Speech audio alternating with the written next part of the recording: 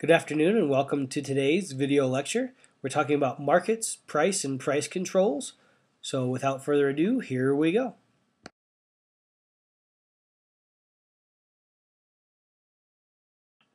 Today we're going to start off talking about market equilibrium, or the equilibrium point. This is the place on a supply and demand graph where the supply curve and the demand curve intersect. So it's representing the point when the quantity of a good or service that consumers are willing and able to buy is equal to the quantity that producers are willing and able to produce. So this is also called equilibrium price or market clearing price. Again, it's just the point at which supply and demand intersect, and it's where the demand of consumers is equal to the amount producers are willing to produce.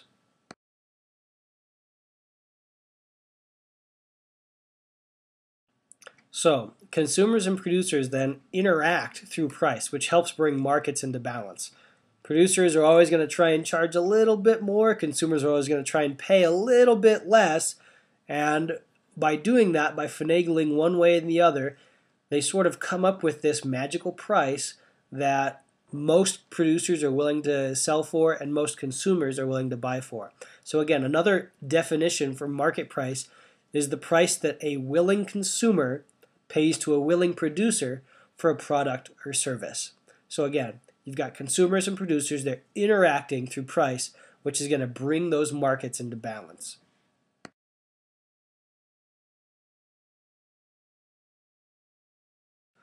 So what happens when the price isn't right? When the market price is too high or too low, and it's not where those producers are willing to sell at or those consumers are willing to buy at, we have something called a disequilibrium. And a disequilibrium will result in a shortage or a surplus. If there's excess demand, that means that the price is too low and demand is too high. It means the producer is probably selling goods or services at too low of a price, and that's going to result in shortages. Now, if there's excess supply, the quantity supplied at a specific price exceeds the quantity demanded, so the result's going to be a surplus. We didn't see this in our banana market activity until we had price floors and price ceilings, which we'll talk more about later. But for now, here's a couple of slides that show you an excess demand and excess supply, and I've got a little graph that labels where you're going to see a shortage at and where you're going to see surplus at.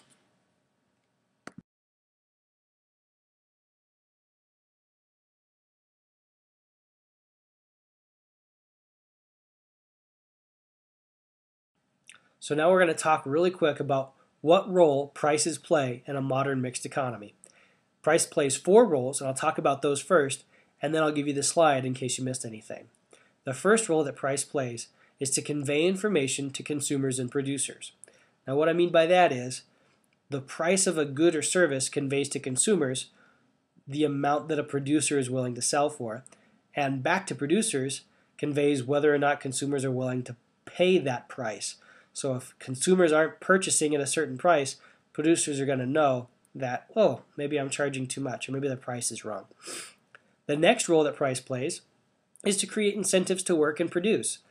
If I'm not going to be able to purchase my pizza or my shirt or my clothes without working, then I've got to work and produce in order to be able to meet that price, get the things that I want. The third role that price plays is to allow markets to respond to changing conditions, like natural disasters. There's a good example in your book on page 110 if you've got that with you. Basically, if a natural disaster causes the supply to go down, an increase in price will help curb some of the demand that will no longer be able to be met because of the loss of supply. The fourth role that price plays is to allocate scarce resources efficiently. So the price determines the use of milk as yogurt, ice cream, cheese, and just plain milk for drinking and cereal. So the price of those different goods that milk can be turned into is going to determine the best use of that scarce resource. So just to recap really quick, price conveys information to consumers and producers. Price creates incentives to work and produce. Price allows markets to respond to changing conditions. And price allocates scarce resources efficiently.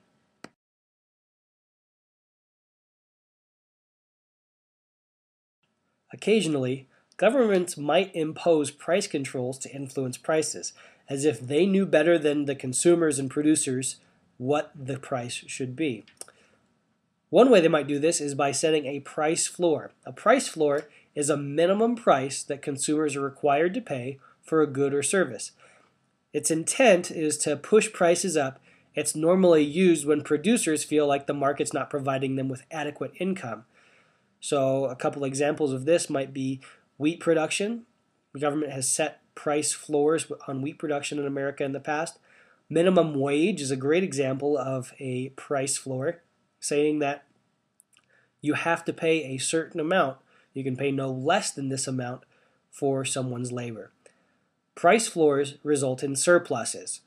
The reason is there's a lot being supplied, but not very much being demanded. So let's take a look at this on a graph.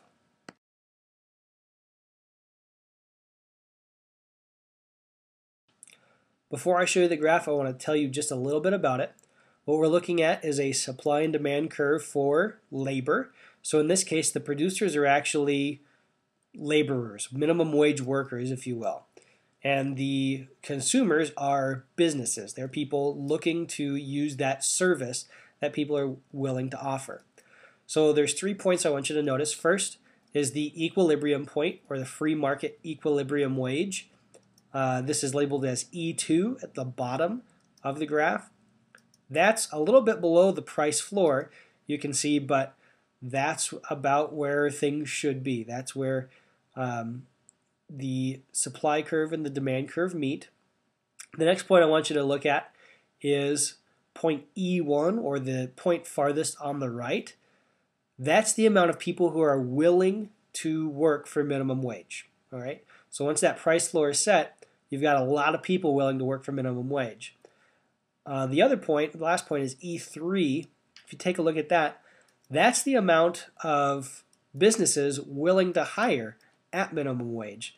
So there's actually less jobs available with minimum wage because less employers can hire for that wage. Whereas if the wage were a little bit lower, there would be more employers willing to hire, or more consumers willing to consume the service of labor.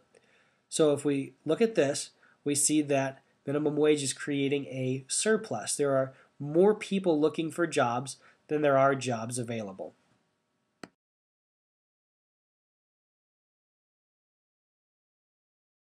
All right, the next thing we're going to look at is a price ceiling. And a price ceiling is a maximum price consumers may be required to pay for a good or service. So in other words, it's the government saying you are not allowed to charge more than X amount of dollars for this particular good or service. It's normally used when consumers wouldn't be able to afford the goods or service at equilibrium price.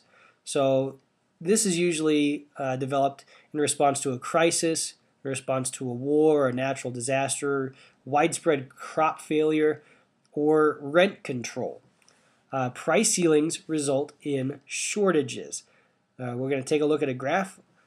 Get this slide up to you first, and then I'll tell you a little bit about the graph and give you the graph.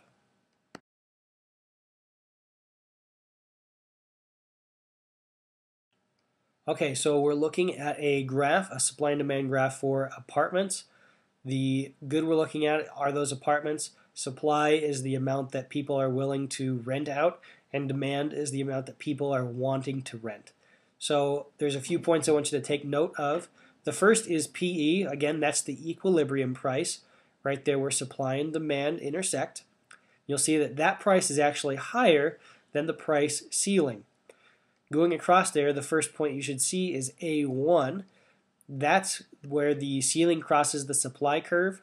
That's the amount of apartments that producers are willing to rent out, or landlords are willing to rent out at the price ceiling. The next point is A2, where the ceiling crosses the demand curve. That's the amount of apartments that people want to rent.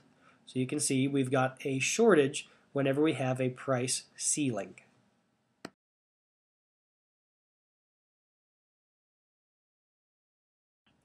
So in the event of excess supply or excess demand, the government can take a couple more steps to try and equal out the playing field or make some sort of balance.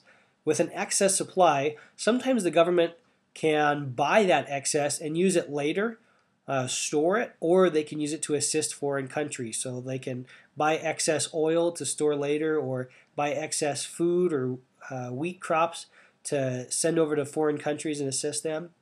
If there's a shortage or there's excess demand, it's often dealt with by rationing, which is the controlled distribution of a limited supply of a good or service. This happened most famously in World War I and World War II, where things like rubber and oil and even copper were rationed by the government, even food, gasoline, things that they needed for the war effort.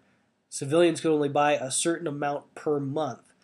A byproduct of shortages is the black market, which is an illegal market in which goods and services are traded for prices higher than the ceiling price or lower than the floor price.